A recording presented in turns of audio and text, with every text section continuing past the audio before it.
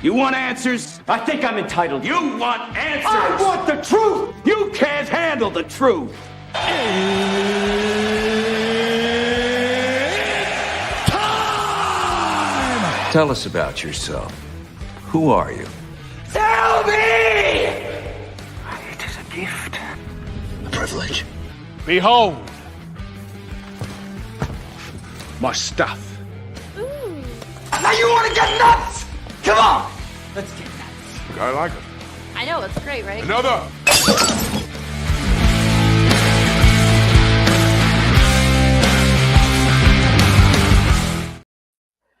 Greetings and salutations. Welcome to the Meaning of Fandom. This is the show where we gather a group of people together and they share with us a particular character or fandom that means something special to them and why.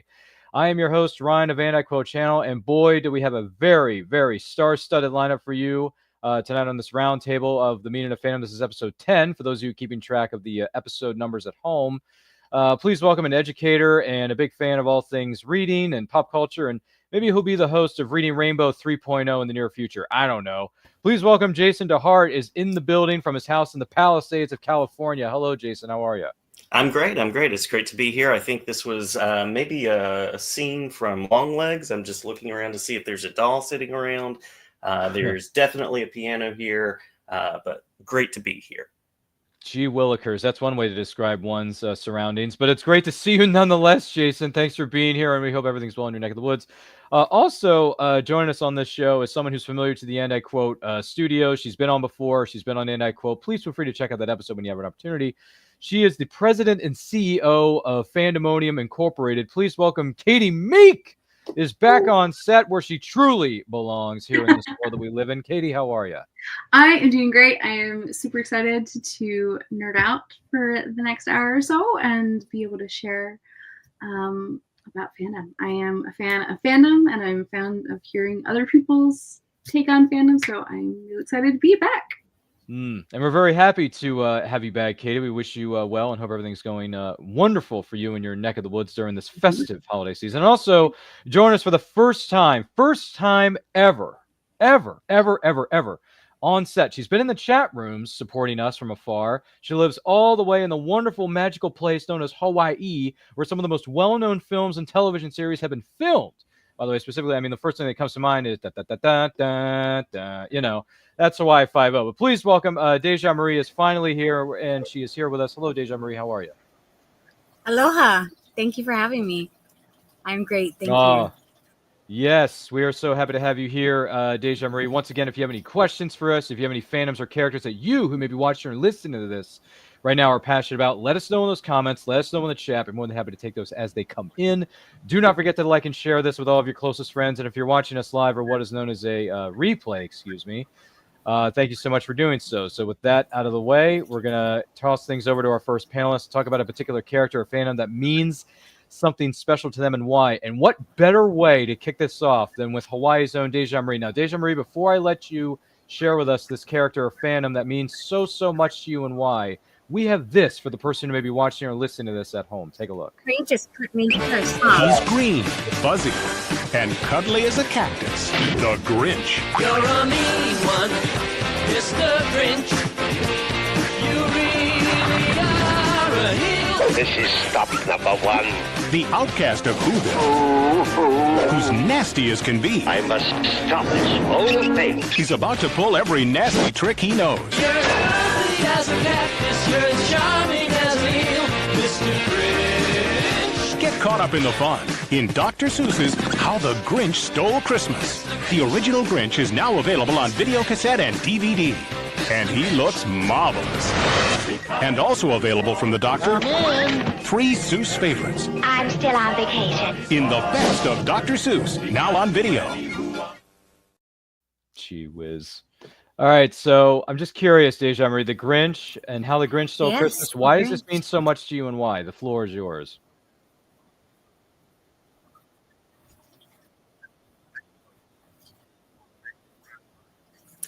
The Grinch, because I was the Grinch as a child. I did not like getting up to go to church at midnight and getting up at 4 or 5 o'clock and opening presents. But I'll tell you the real reason is because he was different, and he was outcast for basically being different. And it took the kindness and generosity of Cindy Lou Who to make him realize that he wasn't different, and they all got along after that. So it's really about the story, and Dr. Seuss seems to teach us life lessons in these stories. And he's green, my favorite color. He's also a very interesting character. In the 1966, when he first came out, that was the original movie. Fast forward to, I think it was 2000. Not I. I'm not sure. I think it was 2000. Jim Carrey played the Grinch in a animated TV, not animated TV special, but live action movie, and he totally changed it. Um, he changed the Grinch for a lot of people. I wasn't really a Jim Carrey fan, and I completely changed my mind after doing that. After seeing the Grinch live, he just put himself into that character. Over the years, the Grinch has grown very popular. Fandom is a big thing to me. I am a big fan of several things, but the Grinch is year round. I am part of Grinch clubs. We do Grinch Christmas in July. We start in November. Um, I've met people all around the world for just being a big fan of the Grinch. I have everything you can think of that a person could have that is themed the Grinch. Um, my children accepted it, and my adult children, down to my grandchildren, are now wearing Grinch socks and Grinch beanies. He's different, and there's a lot of people in this world that feel the way he did, that he felt like an outcast, so he wanted to hurt people. And I think a lot of times people can relate to that. But if there was more kindness and generosity in this world, maybe they wouldn't feel that way. So that's you know and I know that they did a recent movie with a voice. I have to look. I think it was Oh, it was Benedict Benedict Cumberbatch. Actually, Cumberbatch. yeah, it He was was the Benedict. new Yeah. voice of the Grinch in 2008. Spinning. Yes, Benedict. And I think he's going to be around for a while. Dr. Seuss, he's amazing. And as an educator, I taught elementary ed for 13 years. I used a lot of the Grinch during the holidays, and we used him from arts and crafts to literature to talking about feelings. So I'm a big fan of the Grinch. That's my fandom for the holidays. Thank you. No, you're quite welcome, Deja Marie, and thank you for sharing that with us. Yeah, I like many grew up on the original animated classic. I watched it numerous times during the holiday season, whether it was by myself or with my family members. So I completely get it. Little did I know, because I didn't see another movie that this actor was featured in much later on in my life. Boris Karloff had something to do with the Grinch. If not, I think it was the voice, if I'm not mistaken. So it's like, dang, you got the guy who played the OG mummy, and then freaking wasn't he like Frankenstein or something? Like, that's crazy that he was able to play these monsters way back when Hollywood was doing those black and white films, and then do this 25 years later in the 60s, where 60s were roaring times.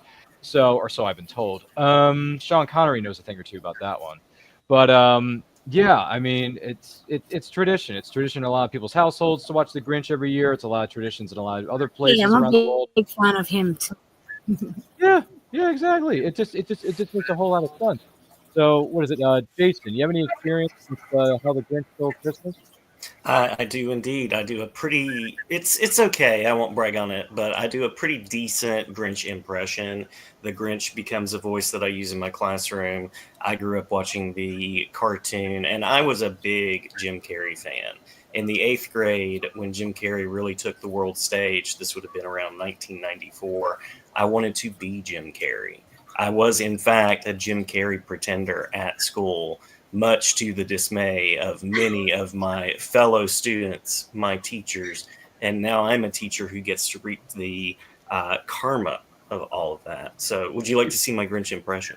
Go for it, Jason. We got everything. You got nothing to lose and everything to gain. All right. Here it is.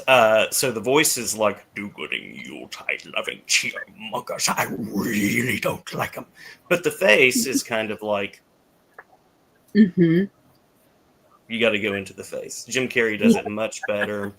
I don't know that he has like That's awesome. the tissue and That's the things awesome. the same way people do, but he does it in a very wonderful way.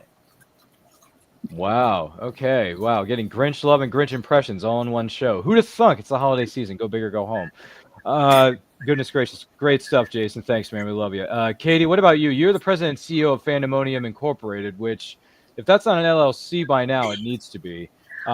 It will be at least some point in 2025. We're hoping as a New Year's resolution, if you believe in that sort of thing. But what are your feelings on green things known as Grinches? Oh my gosh. Like, so I also love the Grinch. Like I don't go necessarily hard into like fandom of the Grinch, but like it's a tradition for my family. Like I grew up with the animated classic. I also, like Jason, was a Jim Carrey fan, and I love his interpretation of it and the way that he just brings a lot of personality. And I think like I love all the things that Dave just said, because it's just like he is this kind of outsider, and it is also kind of lesson that like just because you become not an outsider doesn't mean that you necessarily have to change to do that. Like there is still the acceptance of like him as the Grinch, and like, you know, it's like, okay, he's our grumpy friend at the end of the Christmas table. Like, he's fine. Like we all have those that are just kind of like a little bit of a pill during the holidays, and like that's okay. Like not everybody is like all about Christmas spirit, and like I think even like the diehard people around Christmas still have their moments where you're like, you know what, I'm done with all of you. Like we all have our moments of feeling the Grinch, just being like, you know what, I'm done with this nonsense. Like it's noise, it's consumerism, it's just too much. I'm just gonna go in my little cave in the mountains with my little dog, and I'm just gonna not talk to anyone for the rest of the year or the season or ever. Like you're just like, we all have our little Grinch in there, and so I think he's definitely like a really really cool character, and like the arcs that they've done with the different iterations have been really fun to see. Wow, that's fair. All good stuff, understandably so. And I just realized I had the little bit of a technical snafu on my part. I had the wrong banner going for the last few moments, but sorry about that, fans. But not to confuse you, but don't change that dial and don't change the channel, because this is in fact the Meaning of Fandom, not that other thing that was scrolling at the bottom of your screen. The correct thing is scrolling at the bottom of your screen now. I'm so sorry. The Meaning of Fandom is where we're at here in and I quote studios. Do not forget to like and share this with everyone you know. If you have any questions or comments about any of these fandoms, more specifically the fandom, excuse me, let us know in those comments. Let us know in the chat. If you're joining us live on a replay, thank you so much for doing so. Boy, the things we go through in this producer studio. Good Lord. But anyway, outside of Grinch making things all green and making me tap my finger against my computer screen, going like, "Why is this thing playing?" Gonna turn things over to our next. See, that's not the best impression, but I'm doing my best here, Jason. But anyway, our next presenter is going to share with us another fandom that they're passionate about. So before we get to that individual, let's take a look at this for those of you who are watching or listening to this at home. Take a look at this.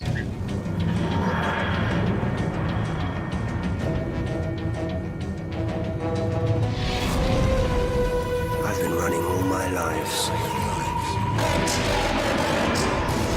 through time and space. Every second of every minute of every day for over 900 years. I fought for peace in a universe at war. Now the time has come to face the choices I've made in the name of the Doctor. Our future depends on one single moment of one impossible day.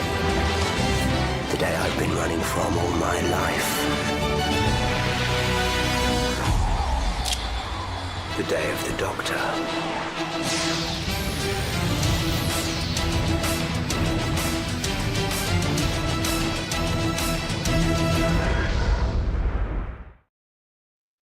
Gee whiz, that's a lot of doctors in one hospital. Oh, wait, this isn't a hospital medical drama, is it? I don't think it is. But who on earth is Doctor Who, and why does Katie, who's the president and CEO of Fandemonium.com, love him so much? Katie, the floor is yours. You got to explain this one to me. Oh my gosh, I love Doctor Who so much. Well, tell us why. I am a very multi-fandom person, but like no matter how much I love other things, like Doctor Who is in my blood. I love the series so much. I'm actually wearing one of my own original design Doctor Who shirts. It's live in my shop.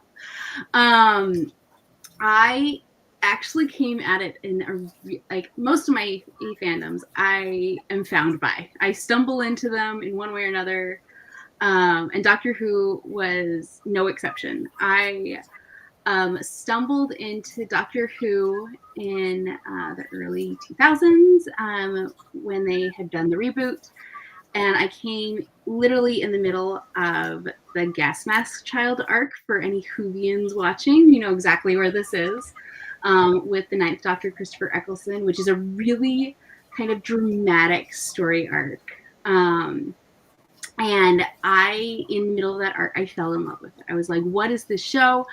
I need more of this show. And I love the way that it takes on so many things. It takes on a lot of different like stories and issues by kind of putting in the context of sci-fi, which, I mean, sci-fi has been doing social commentary for decades, and Doctor Who, I think, just does it really well in the way that they bring different storylines in with different alien races and how that kind of is complex and can be navigated. And I also love just the way that it's so malleable.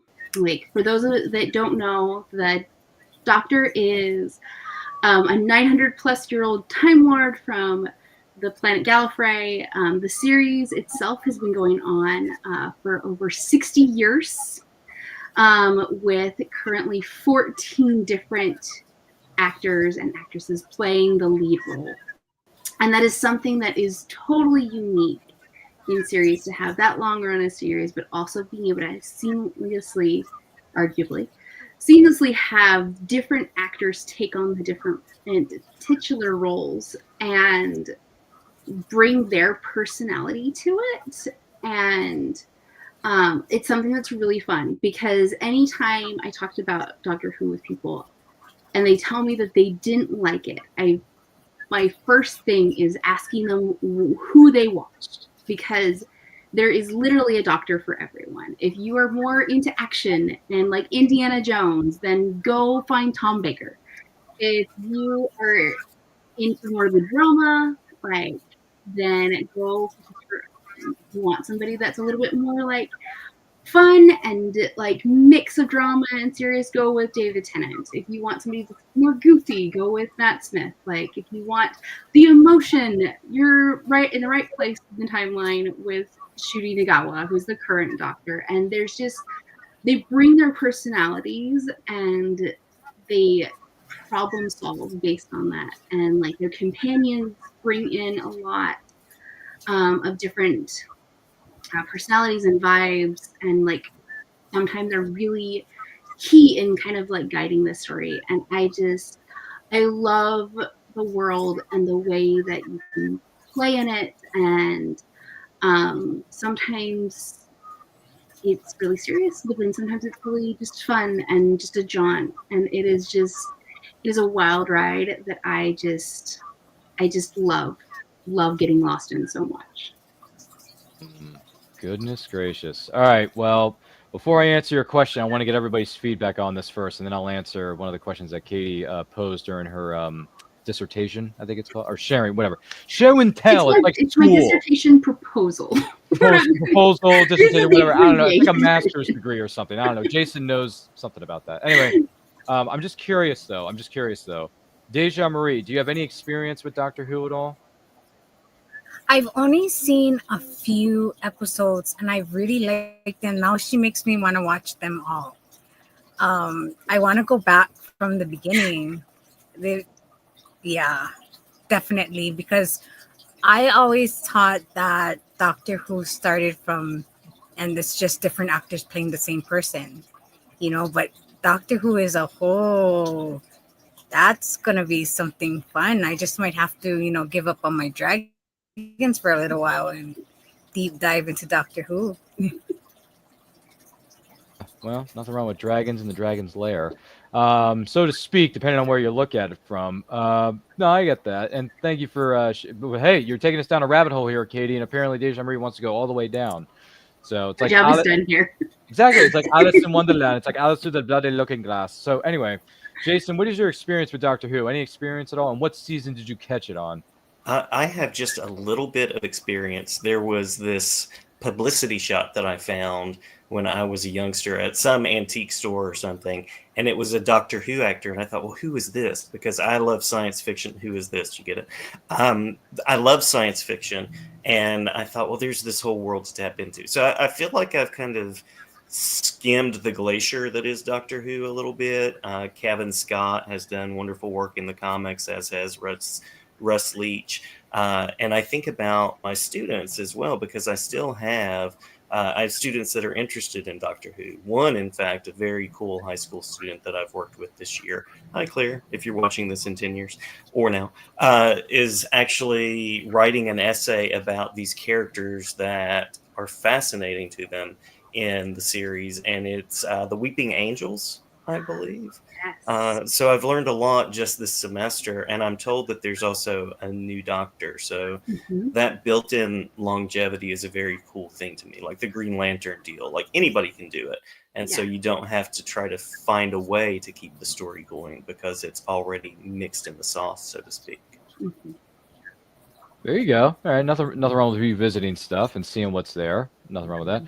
But I totally dig it. And yeah, so Katie, I'm sorry to disappoint you, but I was watching the Capaldi season at that point, and it didn't wow me at all. I got very bored. I was like, "What the heck is this? I don't get it. I don't know what. It's okay. I don't know what this is. This guy with gray Capaldi hair is not the best place to start. Yeah, it probably isn't. But this guy's roaming around with this long trench coat, which is kind of stylish, by the way. And he's traveling. He's doing all these weird, twisty things, and I'm like, "What the heck is this? This doesn't make any sense. I'm so confused. This plot feels so convoluted. I can't understand it."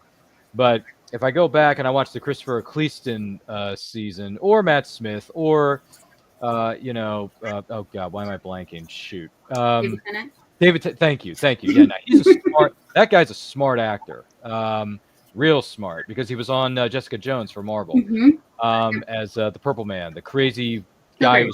Yes, exactly. He was pulling Jessica Jones strings, which was creepy. Yeah. But creepy in the best way possible. Way to go, David Tennant. You could play a smart aleck and you could play a doctor at the same time. Who'd have thunk? So yeah, I just don't get it. I don't get the Doctor Who fandom at all. I don't understand it. But maybe I need to. David Tennant is actually like the best place to start. Like Christopher Eccleston, for a lot of people, if they started there, did not have the reaction that I did. They're like, "Yep, nope, this is too much angst, and I don't like it." And I'm like, "I love this angst. I would like more of this angst."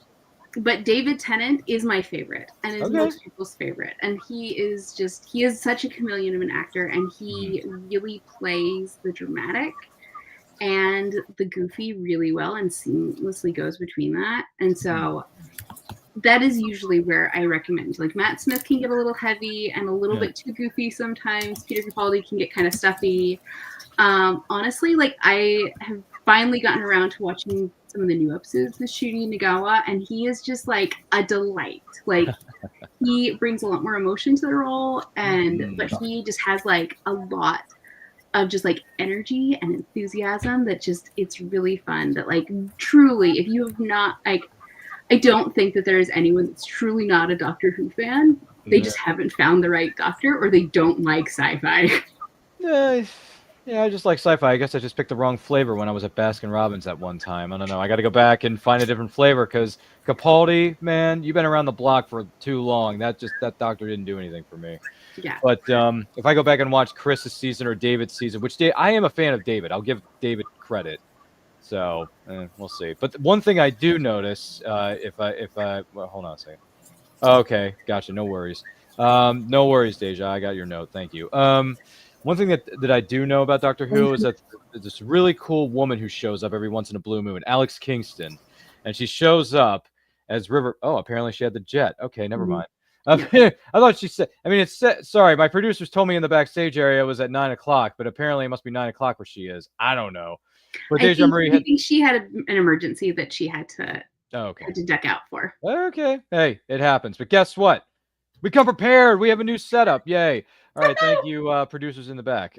Anyway, what I was saying is that when it comes to Doctor Who, Alex Kingston shows up as River Song. If you know who River Song is, I do. And every time she shows up and drops those two little majestical words to every single doctor who's been around the block for time and time and time again. Hello, sweetie. And I'm like, you know what? Shut up and take my money. Alex Kingston can say whatever she wants, get away with it. She's fantastic. Doesn't matter how young or how old she gets. She's fantastic. She's been doing it for years and years and years and years and years. And not only that, she got her. Well, one of the things she got her start in was the medical drama ER. So, I mean, Alex Kingston's been around a long time, Katie. She has. She's not personally favorite. I have a friend that absolutely loves River Song. I don't, because I personally am a Rose Tyler, Donna Noble fan, and so River Song like screws up a lot of that for me. But if you love River Song and you're willing to try it again, there is Silence in the Library. Has David Tennant and Alex Kingston. It's actually the first time you see Alex Kingston show up in Doctor Who, and it is a really good episode arc. It's a 2-part episode arc that I highly recommend if you're like, I need more Alex Kingston, and I'm willing to try David Tennant. Touche. What was the name of it again? Silence in the Library, and Silence in the Library, got it. I can't remember the name of the second one. Somebody can correct me in the comments. But it's a 2-parter, so if you look for Silence in the Library, you'll find both of them, and it's a great arc. Nice. We'll have to keep that in mind as potential new fans of Doctor Who. We'll have to wait and see what happens because I can't confirm or deny. But once again, this is the Meaning of Fandom here on Anti-Code Channel. Don't forget to like and share this to everyone you know. If you have any questions or comments about these fandoms or something that you really enjoy, fandom that you're really passionate about, let us know in those comments. Let us know in the chat. And if you're watching us live on a replay, thank you so much for doing so. Deja Marie, we wish you the best. Hope everything is okay with your loved ones. So we understand things come up, life happens.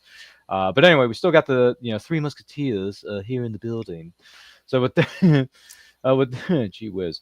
With that being said, that's an old school reference. It's Flashback Friday. Get with it, guys. Jason, you have something very unique that you're going to bring to the table in terms of fandoms or characters. So what exactly are you going to share with us? What's on your mind?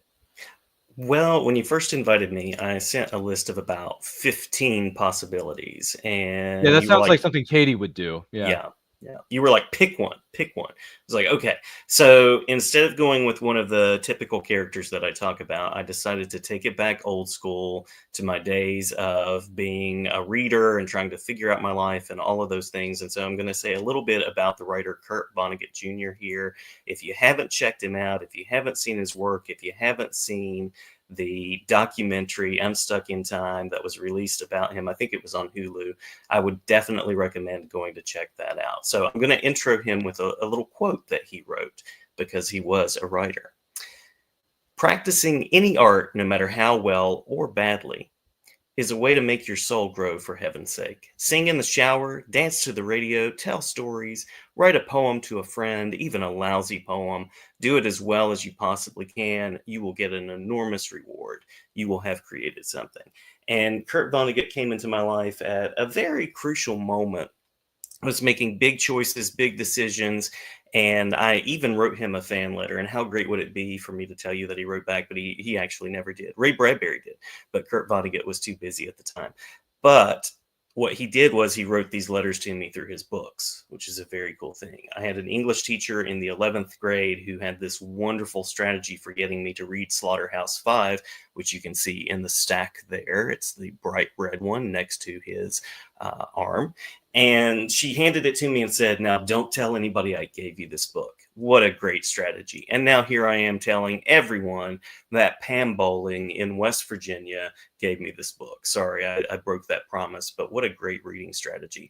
And so I dug into Slaughterhouse-Five, and it's the story of Kurt Vonnegut's experience in World War II. He was a prisoner of war who was held captive, and Dresden is the big story here. It was bombed, and he was one of the prisoners of war who was tasked with cleaning up what was left of that. So he brings in some of that Grinchy outsider perspective, as well as some of the science fiction vibes that we were just talking about with Doctor Who, because what he does then is he tries to make sense of his reality. I can totally agree with trying to make sense of your reality through humor.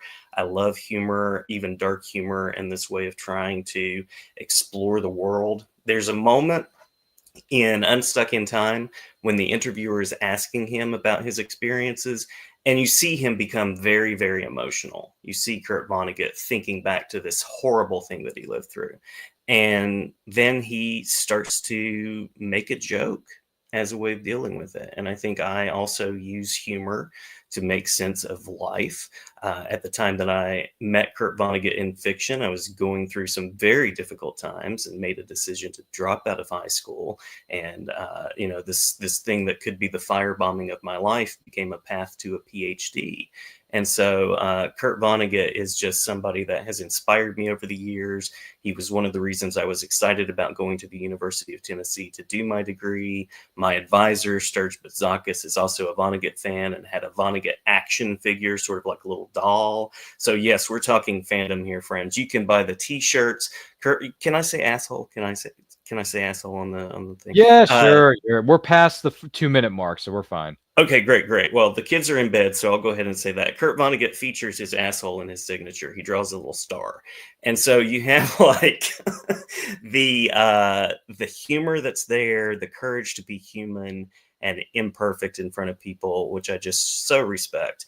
And I try to go for that in everything that I do, because perfection just isn't a possibility at this point. So whether you go with Cat's Cradle, whether you go with the doll, there's a coffee mug that I used to have that's a Kurt Vonnegut mug, or whether you just read a quote, I hope that the life of this man continues to inspire some people. And this is what great books do. They speak from beyond the grave and across time, and sometimes even with aliens that look like toilet plungers, and the experience of traveling through time, or maybe not, maybe just having like a mental break and trying to make sense of things that have happened to you. So that's my spiel on Kurt Vonnegut, and I'm getting ready to teach a little bit of Slaughterhouse-5. You can also find a video on YouTube of Benedict Cumberbatch reading his letter to a school board that attempted to censor his books. So there you go. So much to check out. So many connections there too with certain actors and performers we were talking about earlier on in this broadcast. It all comes together. Yeah, Cat's Cradle. 6 degrees of separation, 6 degrees of Kevin Bacon. There you go. Although we're talking about Kurt Vonnegut in this case, but among other things. But man, after hearing all that and learning more about this person, because I had never heard of the Kurt Vonnegut, I never heard of him. But after hearing this man and how deep this rabbit hole goes, I mean, you're gonna need a bigger boat. Yeah, we're gonna need a much bigger boat for this one, man. Yeah, I mean, where does one even start? Should I start with Slaughterhouse-5 or do something that's a little more PG instead of R-rated? I don't know. You could go Rodney Dangerfield. He showed up in a Rodney Dangerfield movie, Back to School. Kid is studying for a test about Kurt Vonnegut. Kurt Vonnegut shows up to help him pass the test, and then the kid fails the test, because that's what English teachers do. I say that as an English teacher. I'm going to read way too into it and tell you all the things that I think about it. I was going to say, this can go one in a million directions. I don't think I want to go there, but I will say thank you for the history lesson. Look forward to learning more about this individual, maybe even reading 1 or 2 of his books when I get an opportunity to get through the 6-mile-long TBR list. It's sitting in my backstage area of my studio right now. I'm sure some people in this room can relate to that. But Katie, I'm just curious, you ever heard of this person, ever read any of their materials, or is this something that's outside of your realm here? So I am familiar with Kurt Vonnegut. I have not read any of his books. I failed is not the right word. Exited the honors English program in my schooling, and so dodged the bullet of Slaughterhouse-5 and Grapes of Wrath along with it, and thought myself lucky. But now I am actually feeling a little bit more drawn to sampling some more Kurt Vonnegut, just because I really love that approach to like kind of difficult things. Like I am also the person that awkwardly makes jokes in uncomfortable situations. And sometimes I get really bad looks for it. And other times I diffuses things. And so I appreciate, again, I love dark humor. And so I appreciate that kind of approach. And like, I think being critical and real about kind of life and not willing to just like kind of put a sheen on it of like everything's all great and happy, like let's be real, and like things are not always great, or there can be great things from bad situations, and kind of those different journeys that life takes us. And like I also really love being able to like step outside of my experience through like books and shows of experiencing somebody else's reality that's different than my own, because then I learn so much more about the world by seeing kind of the world through somebody else's shoes. And so now I'm kind of like, oh, this might be a great way to do that. I also have a like endless TBR list, so we'll see where it fits in there, but it definitely has worked its way up higher on my list now. All right, so in the world of bidding on Price is Right, higher, Bob, higher. Let's go higher. I want to move this higher. All right, yeah. Well, actual retail price is, sorry, I can't help myself. I've been watching way too many reruns of Price is Right. The Barker era these days, which you can find for free on Roku TVs, believe it or not. Yeah, thank you, Roku. Free channels and free game show reruns. I love it, especially when we miss you, Bob Barker. We miss you. We miss you a lot.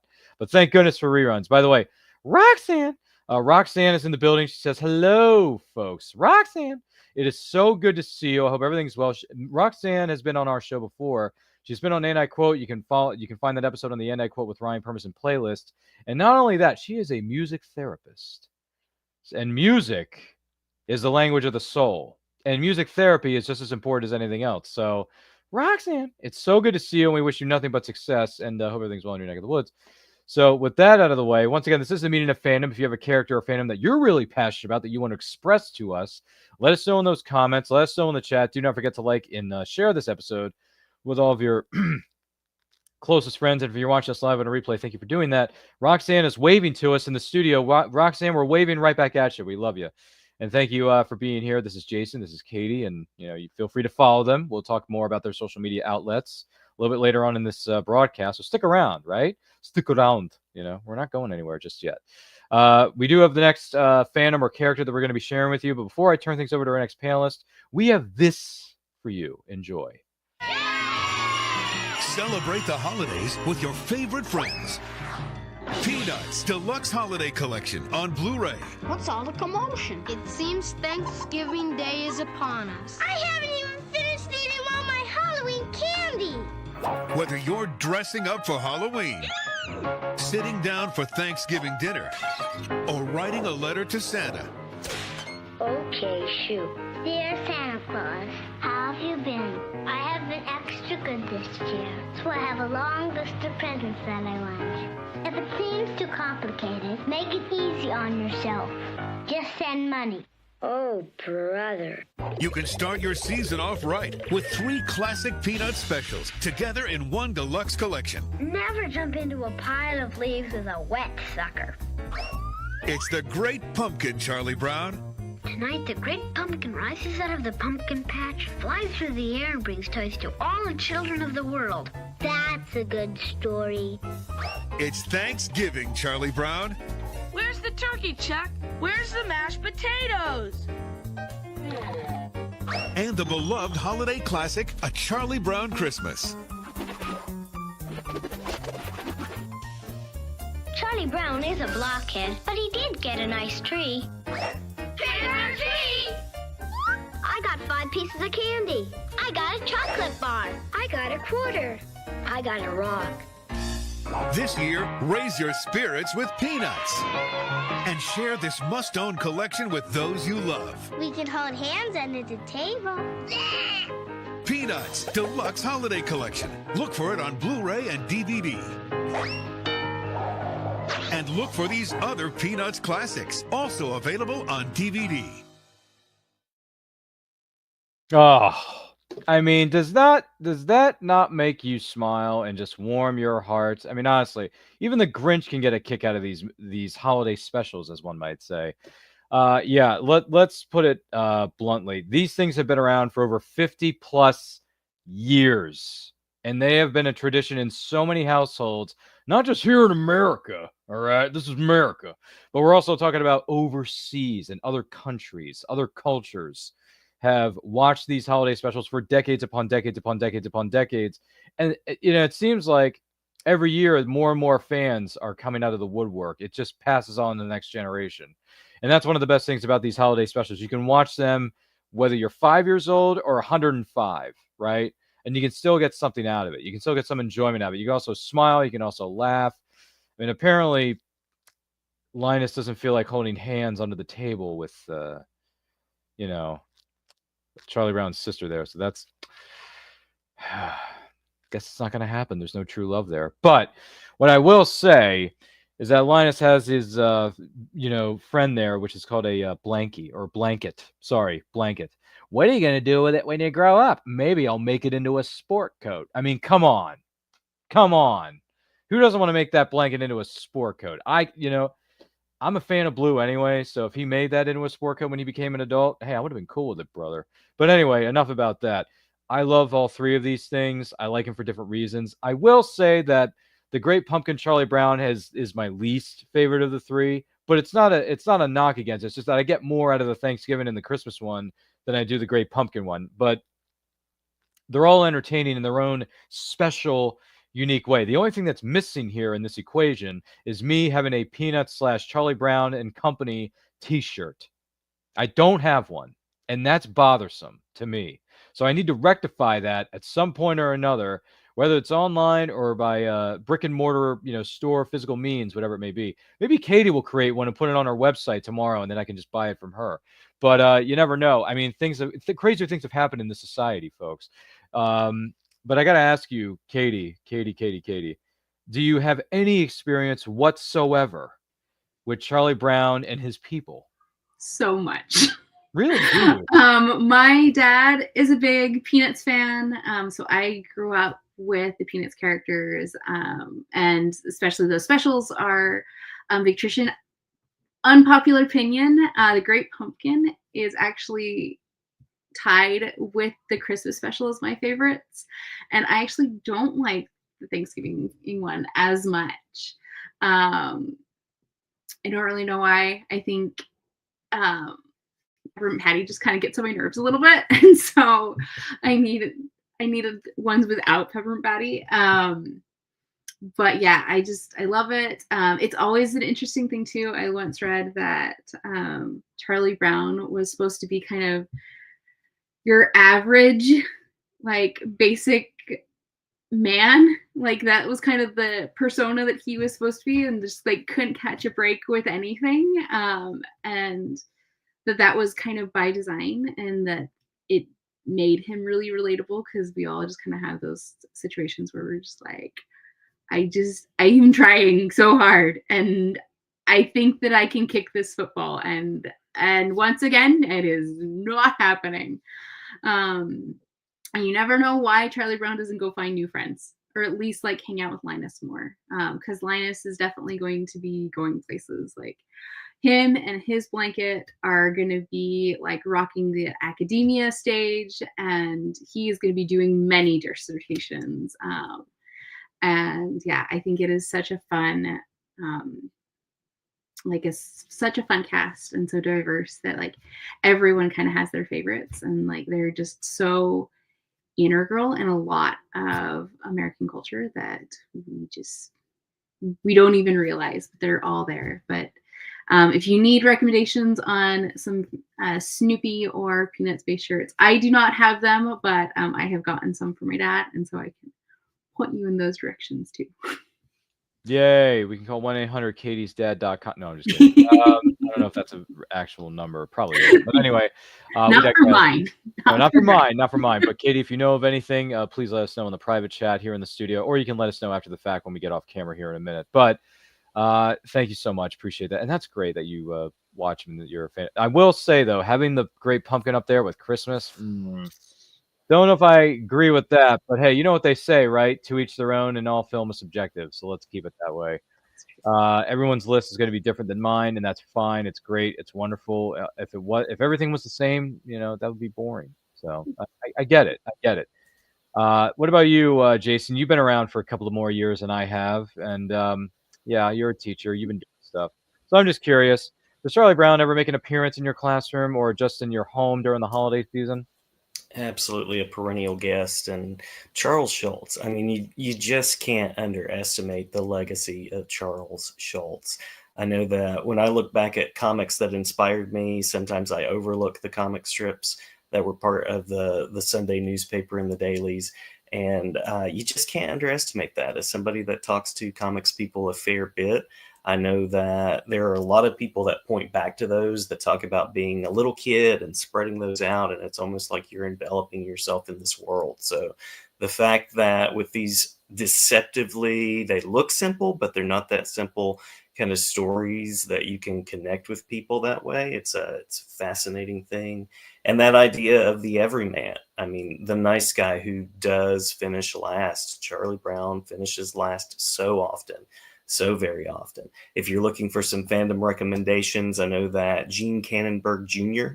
has some books that he's working on that are the comic strips in almost a 3D kind of fold out format. And so that's a very cool thing that is being published right now. I know he's worked on one, and I believe he has others that he's working on.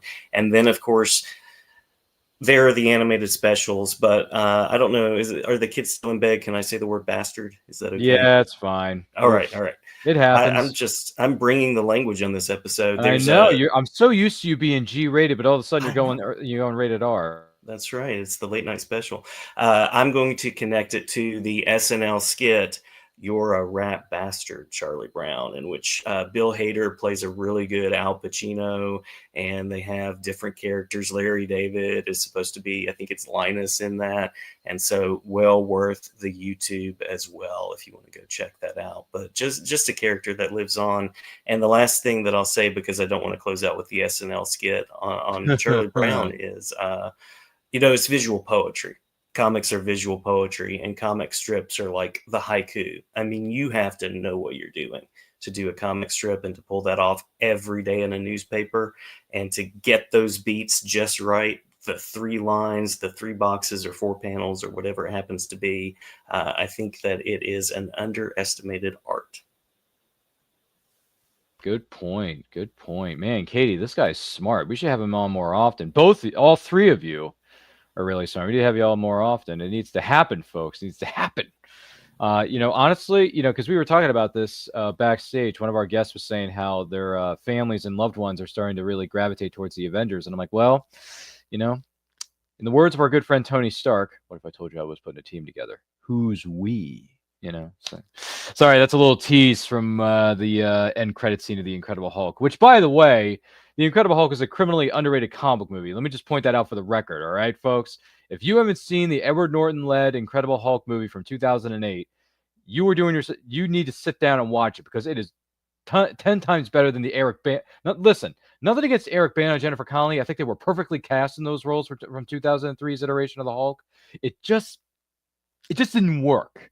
The writing wasn't great. But in 2008, when it's connected to the MCU, and yes, this is an MCU movie, hashtag those are the facts of this case, and they are undisputed.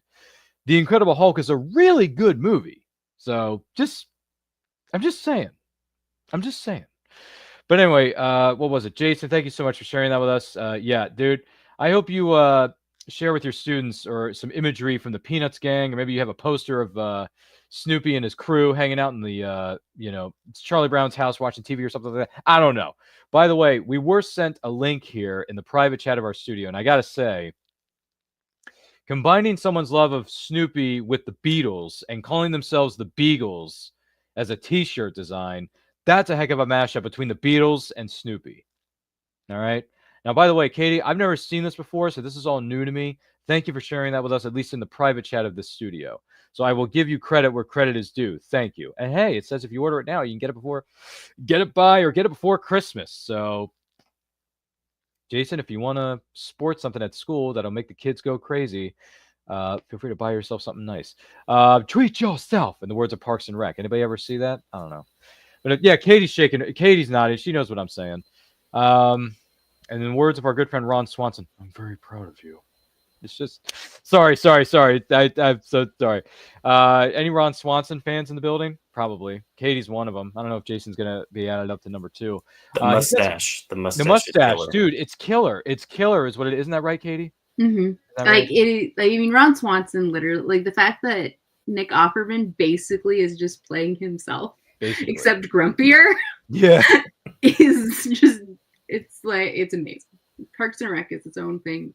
Nick Offerman is his own fandom. I have gone down some of the rabbit hole of following him with Nick Offerman and some of the stuff that he's done. Yeah, it is his choice. I should probably sit down and watch more Parks and Rec, Katie. That's another thing I've been missing out on. God. I should. Thank you for bringing that up. Thank you for all of us for bringing that up. But I do want to say, yeah, if you haven't seen the Peanuts holiday specials, or you've never heard of these things, or if you haven't seen them in a while, treat yourself. You may learn something. You may get something out of it. I don't know. But one thing's for sure, Ryan, aka myself, I need to get myself a Peanuts/Charlie Brown and Company T-shirt. Don't know if I want the Beagles one, because I'm sorry to say this to the public out there, but I'm not really a Beatles fan. But I do like Snoopy and I do like the crew. So, if I find something I like, then hey, we'll go with it. No, nothing against that, Katie. But I do want to take this opportunity to say thank you to each and every single one of you who may be watching or listening to this. I want to take an opportunity to say thank you to our panelists for being our guests on this episode. This is episode 10. We have reached 10. Count them, 10. I give it a 10. 10 episodes in the Meaning of Fandom. That's right. Thank you so much. There's the clickety clack. By the way, where's our friend or two friends when they say to themselves, golf clap? Golf clap. Sorry. That's from Men at Work with Emilio Estevez and Charlie Sheen, aka the real life brothers. Okay, those are real life brothers right there. But anyway, Jason, if someone wants to know more about you and some of the great things you have coming up in your neck of the woods, where can they follow you on social media, Jason? Absolutely. Are you a Stones fan, by the way? Rolling Stones? Rolling Stones. Yeah, Just I'm more of a curious. Stones fan than a Beatles fan. That's Same. That's my feeling. Yeah. Outwards Images and Worlds is the Instagram that you can check out. It's also on YouTube. There's a Facebook group. And if you're interested in reading a book that I did, it is Building Critical Literacy and Empathy with Graphic Novels, published by NCTE. So check it out. Well, that's something that Katie's going to be adding to her TBR list here in about 2.5 milliseconds. You might want to write this down, Katie. Oh, wait, you have notepads, don't you? Don't you carry notebooks and notepads in your store? Speaking of which, Katie, you're the president and CEO of Fandemonium Design LLC, which if you're not an LLC, you should be by now because you deserve it because you're awesome that way. If someone wants to know more about you or maybe purchase one of your shirts or one of your other products that you have available in your online store, where can they follow you on social media? Yeah, so I am Fandemonium Design all over the place. So you can find me, that's my website, fandemoniumdesign.com. I'm also on Facebook, Instagram. I just joined Blue Sky. I'm on Threads. I'm notionally on TikTok. And so you can find me kind of all around the internet there. I also have one more pop-up in the DC area in Virginia in a couple weeks. So if you want to come see me in person, I will be there. You can find my notepads. This is from my Wicked Apothecary collection that I just launched, as well as I have Doctor Who and Avatar: The Last Airbender and Mulan and a little bit of everything in art prints and notepads and stickers and shirts and you name it. And I love it. And I'm working on new collections all the time. And so if you haven't seen your fandom hit my shop yet, hit me up and then you might be giving me the inspiration for my next collection. Fantastic. Thank you so much for being here, Katie and Jason and Deja Marie, who unfortunately she had to leave earlier. But Deja Marie, we wish you the best. And we'll be talking to you again very soon. My name is Ryan. Thank you so much, Katie. My name is Ryan of And I Quote Channel. Follow me on Twitter and Instagram at RyanRPM5. Follow us across all forms of social media simply at And I Quote Channel. Links to where you can follow myself and our guests who have been on this episode of The Meaning of Fandom can be located down below in the description of this video. So make sure you check that out. By the way, Roxanne says, "Oh, wow, that sounds good," about everything Katie, Jason, and myself all just said. That's great. Wonderful. You want to treat yourself to some notepads, maybe some stickers, maybe something to add to your collection, something like that, right, Katie? Maybe, I don't know. Maybe she wants to buy a Doctor Who shirt. I don't know. If it's possible, Links are down in the description, Roxanne. And for those of you who are watching and listening to this, once again, links are down below. But yes, Meaning of Fandom is on the first Friday of every month at 7 p.m. EST. And I quote is normally on Saturdays at 12 p.m. EST.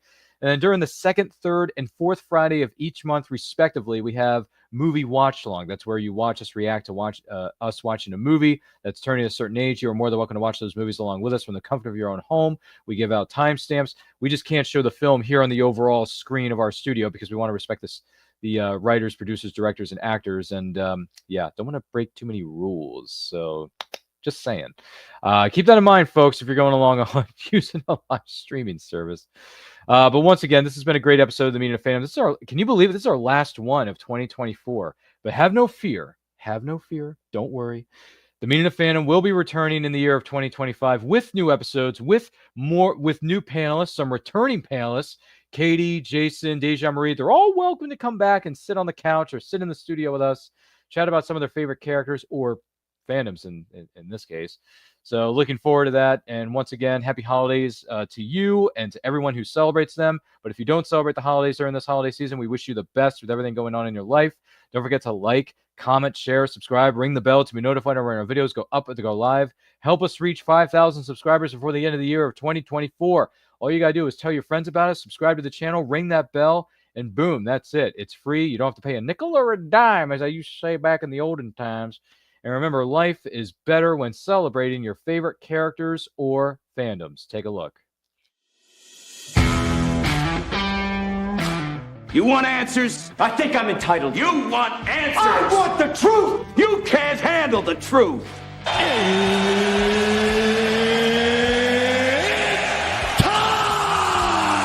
Tell us about yourself. Who are you? Tell me!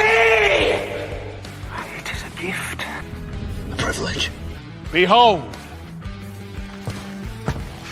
my stuff. Now you want to get nuts? Come on! Let's get nuts. I like it. I know, it's great, right? Another!